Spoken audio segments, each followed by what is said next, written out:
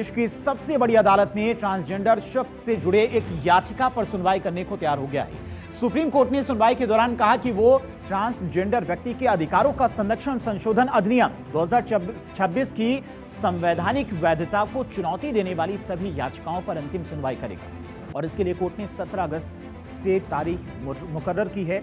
CJI Suryakant और justice Joy Mallya Bagchi और justice V Mohana की पीठ ने इस संबंध में आदेश जारी किया।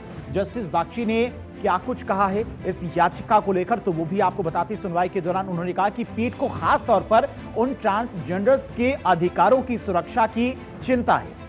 ये कहा गया कोर्ट में, जिन्हें पहले के कानून के तहत ट्रांसजेंडर पहचान पत्र जारी किए जा चुके हैं। दरअसल एक याचिका पर सुनवाई के दौरान कोर्ट की तरफ से यह कहा गया है, अब ट्रांसजेंडर पर सुप्रीम कोर्ट की टिप्पणी, एक नया कानून पुराने कानून के तहत जारी किए गए ट्रांसजेंडर्स कार्ड को अपने आप या फिर पिछली तारीख से अमान्य नहीं करेगा।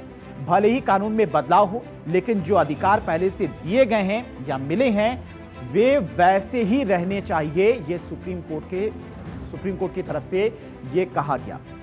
इसके अलावा ट्रांसजेंडर समुदाय ने इसको लेकर क्या कुछ कहा, जिस याचिका पर आज सुप्रीम कोर्ट में सुनवाई हुई। 2026 का कानून सुप्रीम कोर्ट के 2014 के NALSA फैसले के उलट काम करता है। ये ट्रांसजेंडर्स की तरफ से प्रतिक्रिया आई।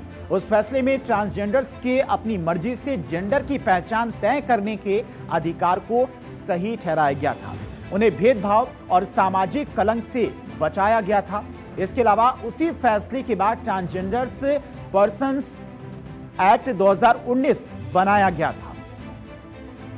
2019 के कानून में जेंडर से जुड़ी अलग अलग पहचान की भावना को काफी हद तक इसमें शामिल किया गया था। अब इसमें खुद से अपनी पहचान तय करने के सिद्धांत को अपनाया गया था। 2026 के कानून की धारा 3 में कानून बनाने वालों के एक फैसले से खुद से अपनी जेंडर पहचान तय करने का अधिकार हटा दिया गया है।